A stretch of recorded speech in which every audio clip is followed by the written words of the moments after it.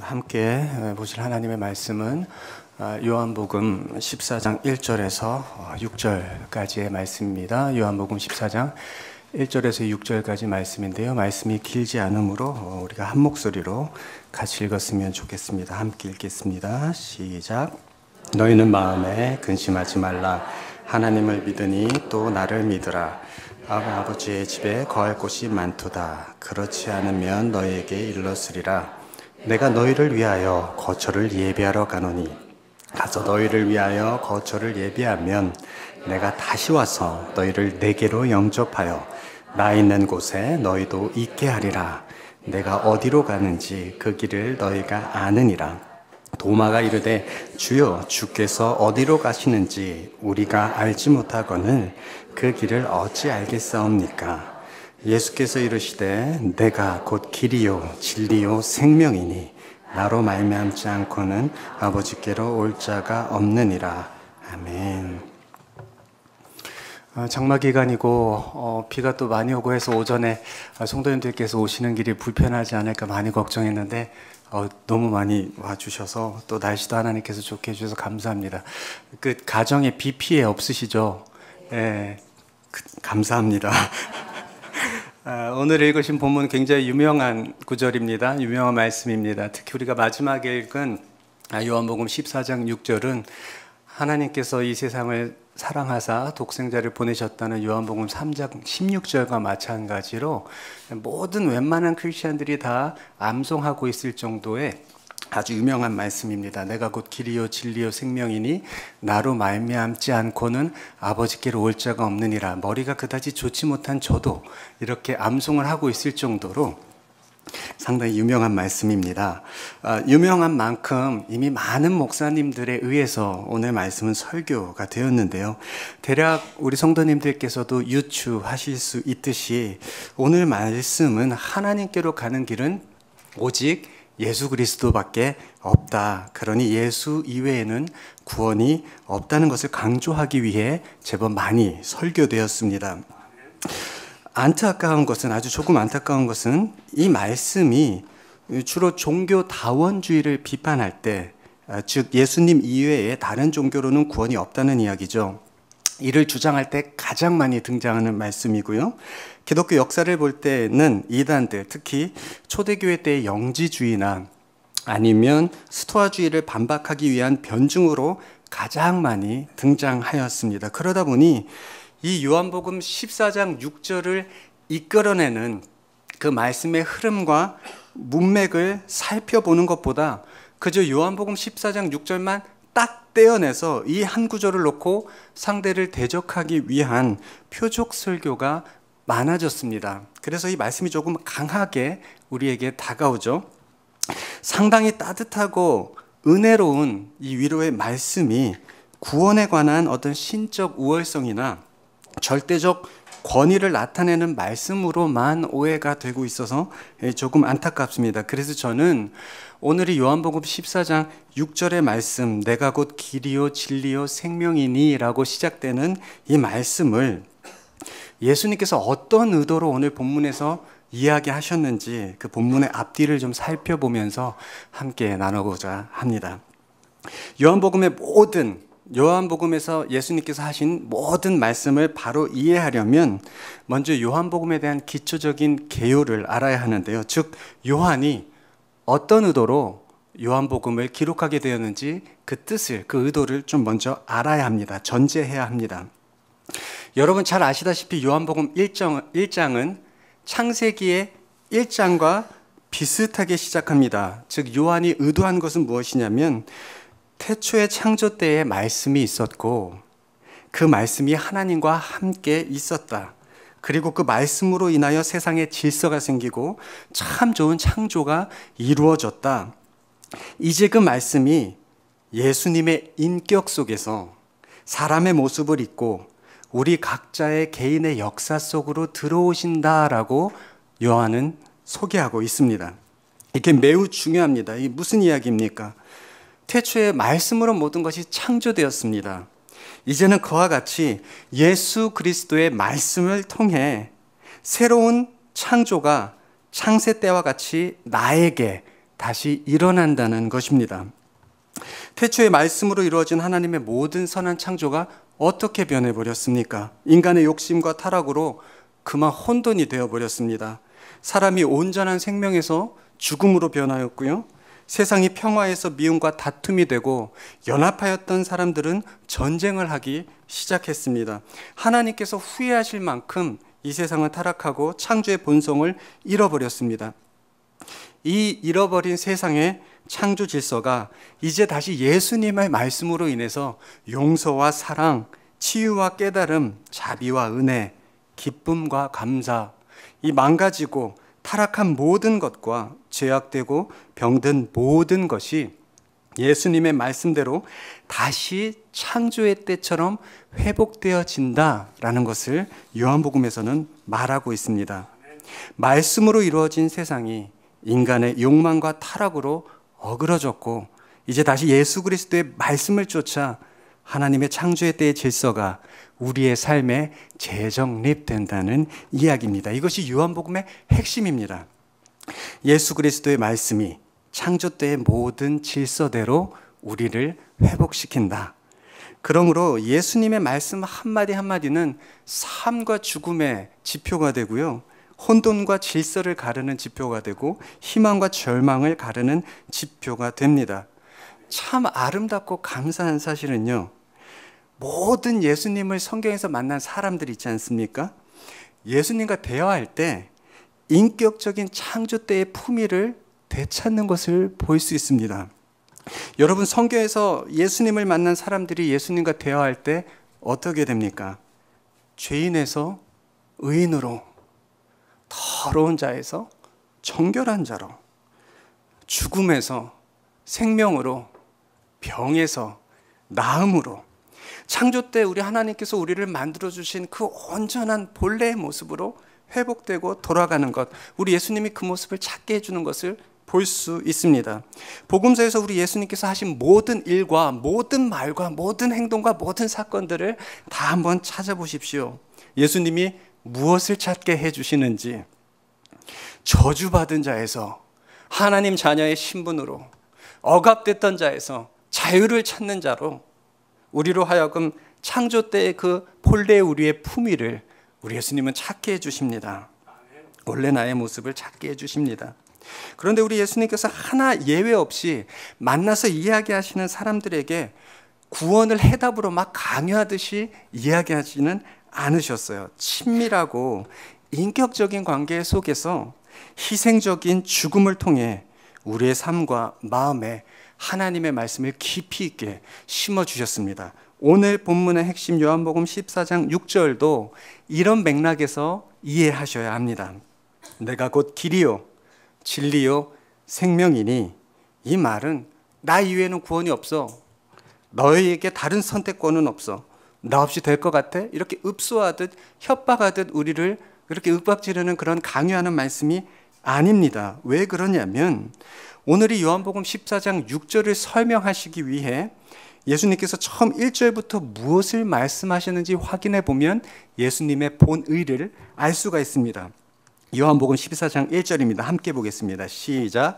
너희는 마음에 근심하지 말라. 하나님을 믿으니 또 나를 믿으라. 내가 곧 길이요 진리요 생명이니 나로 말미암지 않고는 아버지께로 올 자가 없느니라 라는 말씀은 갑자기 툭 튀어나온 말씀이 아니라는 겁니다. 이 말씀을 하시기 위해서 예수님은 제자들에게 먼저 하신 말씀이 있습니다. 그것이 바로 오늘 1절의 말씀입니다. 너희는 마음에 근심하지 말아라. 왜 이런 말씀을 하실까요? 왜 제자들에게 근심하지 말라고 예수님께서 이야기하실까요? 그 전장 요한복음 13장을 보면은요, 예수님께서 십자가에 돌아가실 날 유월절이 다가오자 예수님께서 정체를 제자들 앞에 드러내십니다.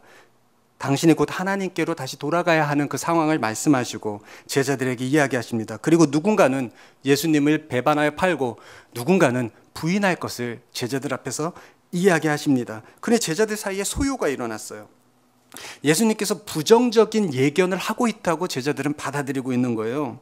그래서 큰 두려움이 임하였습니다. 걱정이 되기 시작하였습니다. 제자들이 걱정한 것은 크게 두 가지입니다. 먼저 요한복음 13장 36절을 보면 예수님께서 하나님께로 다시 돌아간다고 하니까 베드로가 도대체 갑자기 어디로 가시냐고 이야기를 합니다. 그래서 예수님은 너는 내가 가는 곳을 따라올 수가 없어. 베드로가 격양되듯 이야기해요. 내가 왜 못 가냐고. 어디든 가겠다고. 왜 그 제자 베드로가 이런 이야기를 할까요? 걱정스럽거든요. 갑자기 따르던 예수님이 없어진다는 거예요. 얼마나 불안하겠어요. 삶의 목표이자 전부였는데, 그러니 그 두려운 마음에 예수님께 격양해서 막 이야기를 합니다. 그 제자 베드로의 반응에 대한 예수님의 첫 마디가 너희는 마음에 근심하지 말라였습니다. 오늘 읽으신 본문 5절도 보면 도마 역시 마찬가지의 걱정을 하고 있는 것을 볼 수 있습니다. 5절을 제가 한번 보겠습니다. 도마가 이르되 주여 주께서 어디로 가시는지 우리가 알지 못하거늘 그 길을 어찌 알겠사옵니까? 제자들이 지금 무엇을 걱정하고 있습니까? 길에 대한 걱정을 하고 있습니다. 예수님이 없이 자신들이 어디로 가야 할지 길을 잃기 때문에 큰 두려움이 임하고 큰 걱정이 엄습한 것이죠. 사람은 자기 길을 모를 때 불안해합니다.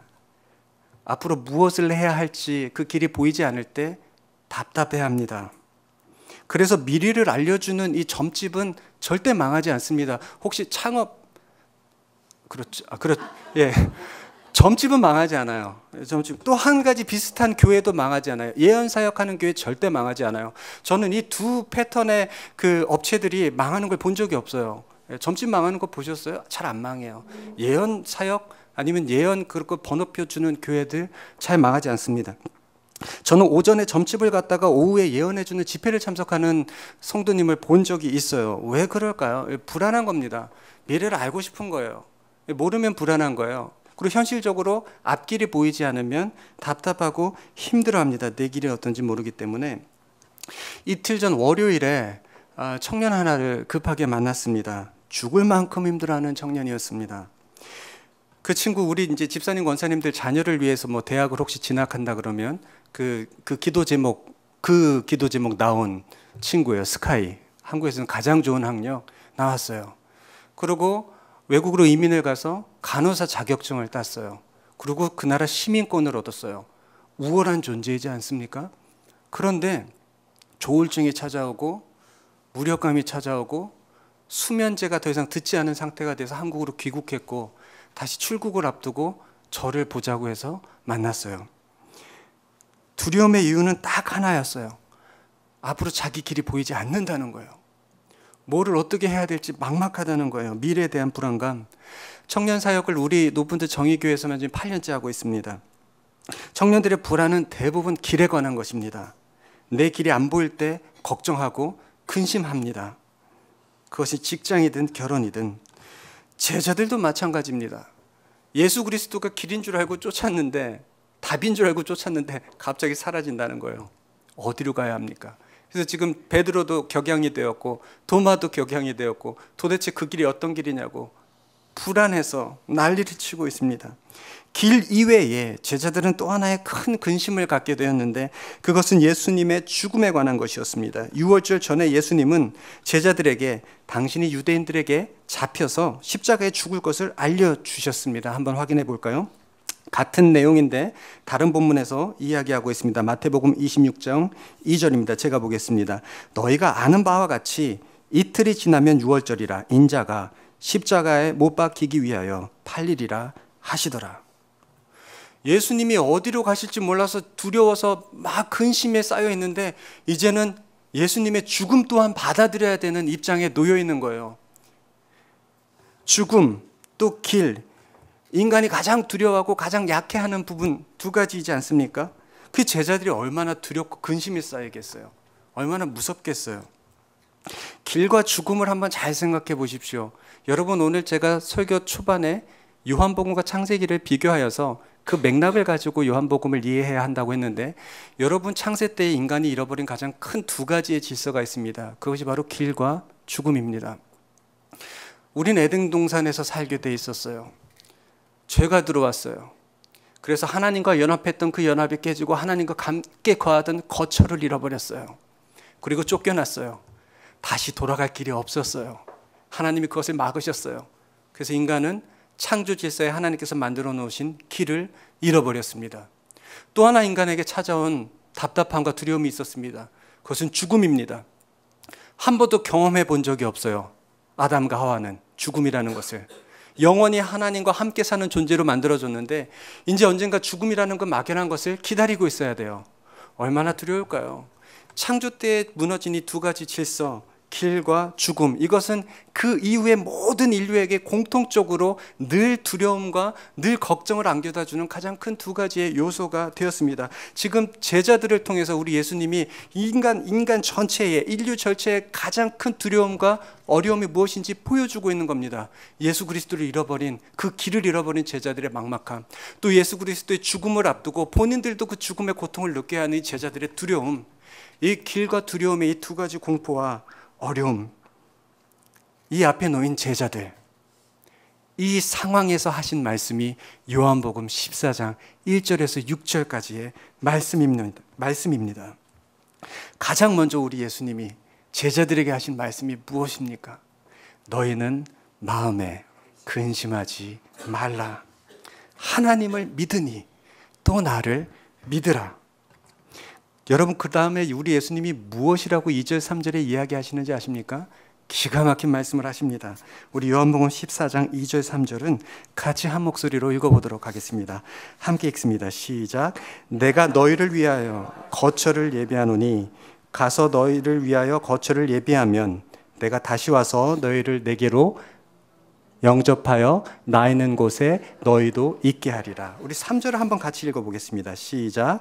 가서 너희를 위하여 거처를 예비하면 내가 다시 와서 너희를 내게로 영접하여 나 있는 곳에 너희도 있게 하리라. 이후에 결론적으로 이야기하십니다. 내가 곧 길이요 진리요 생명이니 나로 말미암지 않고는 아버지께로 올 자가 없느니라. 이 맥락을 가지고 요한복음 14장 6절을 읽는 것과 그냥 요한복음 14장 6절을 유일하신 구원의 길 예수 그리스도로 이해해서 읽는 것은 많은 차이가 있습니다.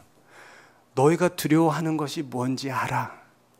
너희가 인생의 길에서 가장 힘들어하고 어려워하는 것이 무엇인지 알아. 제자들 앞에서 예수님께서 이야기하고 계시는 거예요. 대뜸 가장 먼저 내가 곧 길이니 나만 따라와라고 이야기하지 않으셨어요. 너희는 마음에 근심하지 말아라. 내가 먼저 가서 너희가 거할 것을 다 예비한 후에 너희에게 다시 와서 내가 있는 곳에 너희도 거하게 하리라. 영원히 우리와 함께 하고 싶어 하시는, 어떠한 상황에서도 나를 포기하지 아니하시는, 늘 나와 함께 해주시는 우리 예수님의 말씀. 창조 때의 우리를 영원히 하나님과 함께 거하시길 원하는 에덴 동산에서 그 모습, 그 품위, 그 지기를 다시 찾기를 원하는 우리 예수 그리스도의 사랑이 오늘 요한복음 14장 1절에서 6절을 통해 이러한 말씀으로 나타나고 있는 겁니다. 나 있는 곳에 너희도 있게 하리라. 그러니 마음의 걱정, 근심 하지 말라는 거예요. 자, 설교 초반부터 설명드린 이 요한복음의 개요에 맞춰 오늘 본문을 우리의 상황에 맞게 조금 적용을 하면은요, 온전했던 우리의 삶의 길이 세상을 살다 보니 뒤틀리고 얽히고 평탄치 못하게 되고 걱정거리가 되었습니다. 내가 의도하든 때론 또 의도하지 않던 우리 삶의 길에 늘 걱정과 근심을 늘어놓게 되었습니다. 창세 이후에 그 인간의 욕심으로 인한 타락과 그 죄가 늘 인생의 길을 불안하게 만듭니다. 이 불안한 나의 인생길을, 그 삶을 예수 그리스도께서 말씀으로 재정립, 즉 예수님과 함께하는 새로운 삶의 길로 만들어주시겠다는 이야기입니다. 바꿔주시겠다는 이야기입니다. 친히 오늘 본문에서 이야기하십니다. 그 길 내가 예비하러 가노라. 너가 나와 함께 그곳에 거할 것이다. 인도하여 나와 함께 살게 하겠다. 그러니 마음에 근심하지 말라. 하나님을 믿으니 곧 나를 믿으라. 예수님께서 길이 되시고 우리의 길을 예비하신다는 것을 믿으라는 거죠. 우리는 삶을 살면서 근심과 걱정이 많을 수밖에 없어요. 목사님은 예수님을 특별히 잘 믿으니까 삶에 믿음과 근심이 없을까요? 아니요. 저는 너무 어처구니 없는 근심과 걱정이 많아요. 여러분, 제가 오늘 설교를 준비하면서요, 너무 스스로 참 우스운 모습에 빠졌어요. 사무실에 앉아서 이제 마지막 설교를 위해서 열심히 이제 외우고 있는데, 이게 잘 안 되는 거예요. 늘 잘 안 돼요. 설교 준비는. 걱정이 되는 거예요. 이거 잘 안 되면 어떡하지? 그런데 순간에 너무 웃긴 거예요. 오늘 제목이 너는 마음에 근심하지 말라요. 나 그거 설교해야 돼요. 근데 내가 막 근심하고 있는 거예요. 너무 어이가 없어서 사무실에서 우리 전도사님들 앞에, 야, 내 좀 말해, 바보 같지 않냐? 오늘 너희는 마음에 근심하지 말라 설교를 내가 준비하고 있는데 내가 엄청 걱정하고 있어. 우스운 거예요. 이 걱정이 많아요. 그것을 우리 예수님께서 이해하세요. 우리의 삶에 온통 근심과 걱정이 많을 수밖에 없는 것을 우리 주님이 이해하세요. 그러니 나를 믿음으로 그 근심을 내려놓으라는 거죠. 근데 여러분, 예수님의 말씀을 잘 들으셔야 됩니다. 근심이 없을 거라고 이야기하신 적이 없어요. 근심은 너희들에게 완전 없을 것이야 라고 얘기하지 않으셨어요. 다만 그 근심을 나를 믿는 마음으로 내려놓으라 라고 이야기를 하셨습니다. 무엇이냐면, 걱정과 염려가 없을 수는 없겠으나 그것보다 나를 믿는 믿음을 더 크게 가지라는 겁니다. 여기서 믿으라는 말씀을 피스티오라고 썼는데 영어로는 have faith in you, 믿음을 가지라고 예수님께서 권해주시는 것을 영어 성경에서 볼 수 있습니다. 여러분, 그 정신의학과에서 근심과 걱정을 상담 공부하신 분들은 좀 아시겠지만 anxiety라고 합니다. 이것을 불안이라고 설명을 하는데, 정신의학과에서 이 불안을 해소하는 실험이 있어요. 그래서 처방을 어떻게 해주냐면요, 한번 들어보십시오. 환자가 오면은요, 물컵을 하나를 줘요. 그리고 컵에 물을 반쯤 채우게 합니다. 그리고 10초 동안 들고 있으라 그래요. 그리고 내려놓잖아요. 그 다음에는 물을 컵의 반의 반 정도만, 아주 적은 양만 담으라고 하고 1분을 들고 있게 합니다. 그러면 환자들은 대부분 물의 무게와 상관없이 내가 얼마나 더 오랫동안 컵을 들고 있느냐에 따라서 그 컵의 무게를 느낍니다. 삶의 근심과 걱정이 이렇다는 거예요. 그 무게와 크기가 우리에게 두려움을 주는 것이 아니고, 그 무게와 크기가 우리를 어렵게 하는 것이 아니고, 내가 얼마 동안이나 그것을 무겁게 들고 있느냐에 따라서 그 두려움의 양이 결정된다는 겁니다. 붙들고 있지 말라는 거예요. 그래서 우리 예수님은 믿고 맡기라는 겁니다. 작든 크든 내가 붙들고 있는 순간 그 무게는 우리가 견딜 수 없는 거라는 거예요. 그러니 너가 감당할 수 없는 것이니까 나를 믿는 마음으로 믿고 맡기라고 이야기를 하고 계십니다.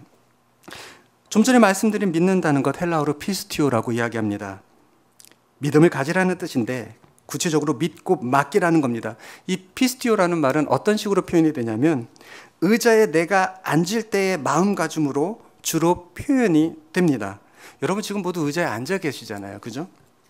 의심 없이 여러분들의 모든 체중을 실어서 의자에 앉고 계십니다. 여러분 지금 의자가 내 몸무게를 못 버틸 것 같아서 두려움에 벌벌 떨고 계시는 분 계십니까? 아니면 그게 불안해서 막 다리에 힘주고 계시는 분 계신가요? 그렇지 않아요. 여기 계신 분들은 무게가 좀 나가는 분들도 계실 거고 안 나가는 분들도 좀 계실 겁니다. 그 무게가 상관이 있습니까? 상관이 없습니다. 왜냐하면 의자는 버텨주고 있기 때문입니다. 몸무게는 실제로 존재하지만 그 실제로 존재하는 무게가 여러분들의 지금 이 예배의 실황을 어렵게 만들고 있지 않습니다. 그런데 만일 여러분들이 이 중 어느 누구라도 이 의자가 못마땅해서 아니면 못 믿을 것 같아서 좀 한번 해보세요. 다리에 살짝 힘을 주고 엉덩이를 좀 들고 벌 쓰는 자세 있잖아요. 기마 자세처럼. 한번 그렇게 한번 앉아 계셔 보시면, 우리의 모습이 그렇다는 거예요. 삶의 무게와 걱정을 다 안고 예수 그리스도의 의자에 앉질 못해요. 철퍼덕 앉으면 되는데, 그 모든 무게를 가지고 이 의자를 누르면 되는데, 우리가 버티고 앉아 서 있어요. 그러면서 막 다리에 경련이 난다고, 힘들다고, 어렵다고, 두렵다고 이야기를 하는 것이죠. 여러분 근심하고 두려워하면은요, 그 근심하고 두려워하는 것에 노예가 됩니다. 그게 우리 예수님은 싫은 거예요. 연약한 인간에게는 내 앞길과 내 죽음이 가장 두려워요. 그렇기 때문에 내 길을 보여줄 만한 것을 의지해요. 그리고 나의 죽음을 삶으로 바꿀 만한 것을 의지하게 됩니다. 의지만 하면 좋은데 자칫 잘못하면 이게 너무 두렵기 때문에 노예가 되는 경우도 있어요. 돈과 권력이 그렇지 않습니까? 필요한 것이지 생명은 아닌데 때로는 돈과 권력, 명예 이러한 것들이 생명처럼 우리에게 다가올 때가 있습니다. 왜? 그것이 나의 삶의 길을 만들어주고 그것이 나에게 생명을 줄 것 같은 생각이 들기 때문에 그러한 세상에서 그러한 가치로 살고 있기 때문에 당장에 그것이 없으면 큰 두려움이 임하여 하나님에 대한 믿음까지도 잃어버리게 되는 것입니다. 디모데 전서를 보면 돈에 관한 이야기가 바로 그렇습니다. 신앙인들도 초대교회 돈 때문에 다 무너졌어요. 그 외에도 우리는 얼마나 많은 걱정을 하며 살아갑니까? 내가 두려워하는 것에 노예가 되고 나의 가치를 망가뜨려놔요. 태초에 인간의 욕심과 거짓말이 하나님께서 온전히 창조해 주셨던 인간의 가치를 다 망가뜨려 놓고 도망가게 하고 두려워하게 하고 미워하게 하고 살인하게 했듯 지금도 마찬가지라는 겁니다. 세상에 이끌려 노예같이 살게 된 우리. 그러니 하나님이 안타까운 거예요. 돈 때문에 사람들이 자살해요. 직장이 없어서 우리 청년들이 하나님 앞에 막 너무 안타까워해요. 자기가 갈 길이 안 보이기 때문에 신앙마저도 위태위태할 정도로 세상이 지금 그렇게 되어 있어요. 여러분 창조 때를 잘 기억해 보세요. 먹고 사는 것 때문에 걱정하지 않았습니다. 어느 누구도 하나도 내가 무엇을 먹을까, 무엇을 쓸까, 무엇을 입을까, 어디에서 잘까, 거할 것 때문에 걱정한 적이 없어요.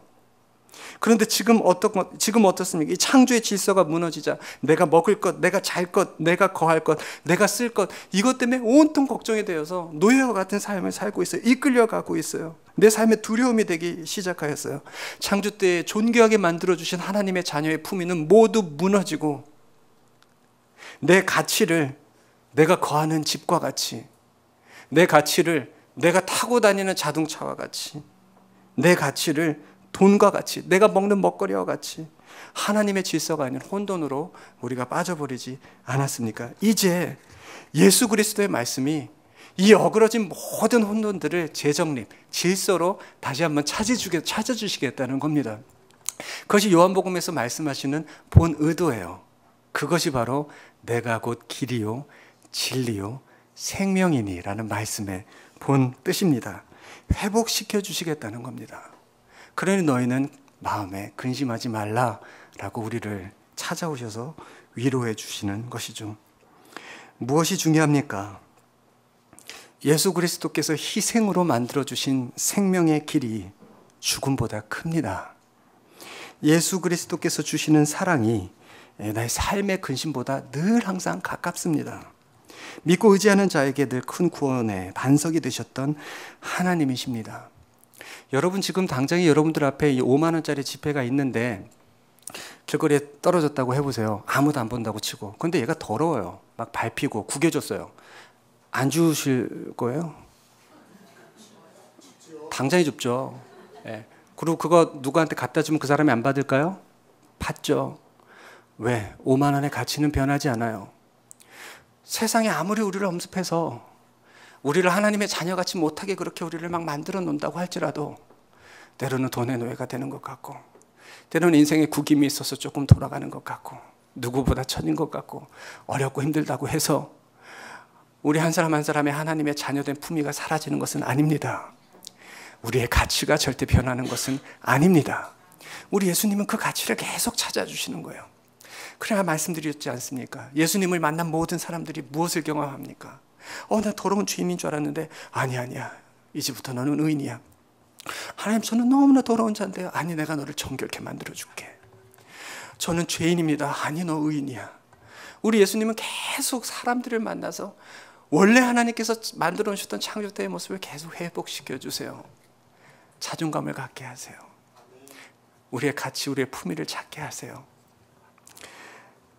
너는 마음에 근심하지 말라는 말씀이 바로 그 가치를 찾게 해주시는 말씀입니다. 그래 세상의 모든 것들, 너희를 엄습하는 두려움을 주는 것들에 굴복하지 말고 노예가 되지 말고 하나님을 믿는 마음으로 나를 믿으라라고 이야기하고 계시는 겁니다. 사망의 권세보다 우리 예수 그리스도의 생명의 권세가 훨씬 더 큽니다.